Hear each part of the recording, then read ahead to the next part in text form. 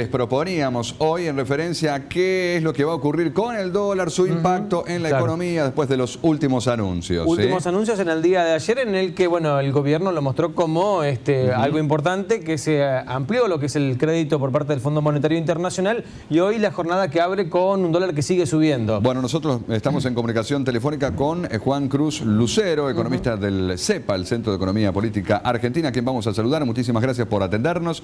Claudio Velotti, Rodolfo Robín. ¿Cómo está usted? ¿Qué tal? Buenos días, un saludo ahí a todos en el piso. Bueno, Lucero, sube el dólar. Bueno, ¿cómo se analiza este nuevo escenario en el ámbito económico?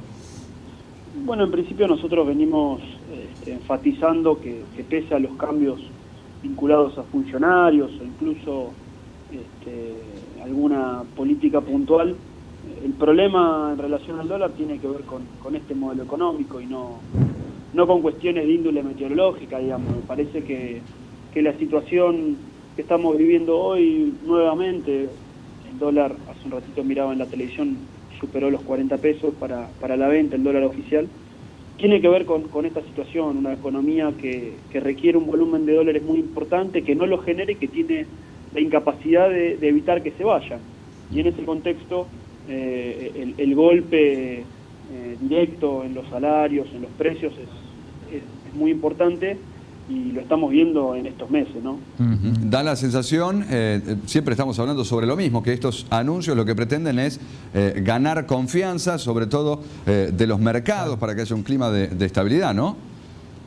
Sí, la verdad que el gobierno ya los últimos meses ha tenido una postura un tanto rara, porque al final cada vez que da un mensaje, el mensaje suele ser para gente que no vive en Argentina, y como bien señalás, esto entre comillas, los mercados, y la intención de generar confianza. Ahora bien, la confianza no se genera con un discurso, sino con políticas económicas que hagan sustentable a un modelo económico. Claro. Lo que me parece que está ocurriendo es que tanto economistas ortodoxos como heterodoxos, nacionales o de otros países, están viendo que este modelo es insustentable, y haber recurrido al Fondo Monetario, que es el prestamista de última instancia, tiene que ver con eso. Llegar al fondo nos saca de una situación muy compleja. Ahí estamos teniendo...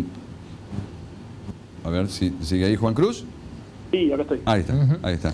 No, pensaba también en qué es lo que va a ocurrir con la labor del Fondo Monetario Internacional en el Banco Central, para entender a aquellos que vamos de a pie, que no sabemos del funcionamiento del Banco Central, y qué es lo que se anuncia respecto de la labor del Fondo en el Banco Central. Bueno, en principio, más que en el Banco Central, creo que toda la gestión de la política económica hoy está supeditada a los mandatos del Fondo Monetario. El presupuesto mismo está, o pareciera estar redactado en Washington, porque el único objetivo que tendría es cumplir con lo que pide el fondo. No se plantea objetivos, digamos, hacia el interior, hacia todos nosotros, digo, trabajadores, trabajadoras, jubilados, etcétera. Y en ese sentido me parece que es muy preocupante, digo, porque la situación esta que vos señalás de una mayor injerencia vinculada a lo que tiene que ver con el Banco Central, bueno, nos habla a las claras de que el gobierno ha resignado soberanía, ha resignado capacidad de decisión, y la verdad que ya sabemos cómo terminan este tipo de esquemas donde las decisiones se toman en otro lado. En Argentina lo tenemos bastante bien conocido en los últimos años, pero también hay ejemplos de otros países. Digo, uno puede mencionar países europeos, Grecia con el fondo, otros países vinculados con lo que es la troika europea. Me parece que es muy peligroso que las decisiones de política económica que nos afectan a todos nosotros se tomen en otro lado. Claro.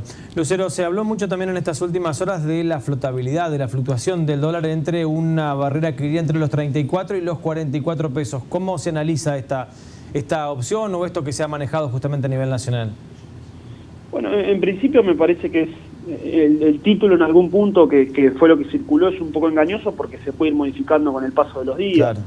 Ahora, lo que sí me parece es que el dato más, me da la impresión que el dato más importante es ese monto que le fija el fondo para vender por día, para subastar por día, de 150 millones de dólares, que la verdad es que es muy poco. En términos, se suele hablar como poder de fuego para controlar la suba del dólar, es muy poco, y me parece que le quita muchas herramientas al gobierno, al Banco Central en este caso, para controlar la suba del dólar, y eso pone claramente una incertidumbre para todos nosotros. Ya sabemos el impacto que tuvo o que está teniendo, porque es un proceso que está desarrollándose actualmente, el salto de 20 a 40 en el dólar, y la verdad que otro salto de ese estilo sería muy complejo para procesar, para un salario registrado, para los presupuestos de organismos públicos, etcétera. En ese sentido, me parece que el gobierno ha resignado políticas económicas y la verdad que nosotros lo vemos desde el CEPA con mucha preocupación, porque acá, de nuevo, lo que decía hace un rato, es un modelo que no es sustentable y que encima el gobierno está resignando capacidades para tratar de combatir esta situación. Entonces, la verdad que para nosotros es un sinsentido y lamentablemente nos afecta a todos nosotros. Claro. Hay un presupuesto todavía que debe discutirse en el recinto, en el Congreso. ¿Qué se puede esperar respecto del tratamiento de ese presupuesto una vez anunciado el acuerdo con el fondo? Bueno, en principio señalar que todos los presupuestos suelen ser como una visión optimista, ¿no?, de lo que espera cada gobierno. Acá, sin bandería política, todos los gobiernos esperan tener un presupuesto que plantee la mejor situación posible.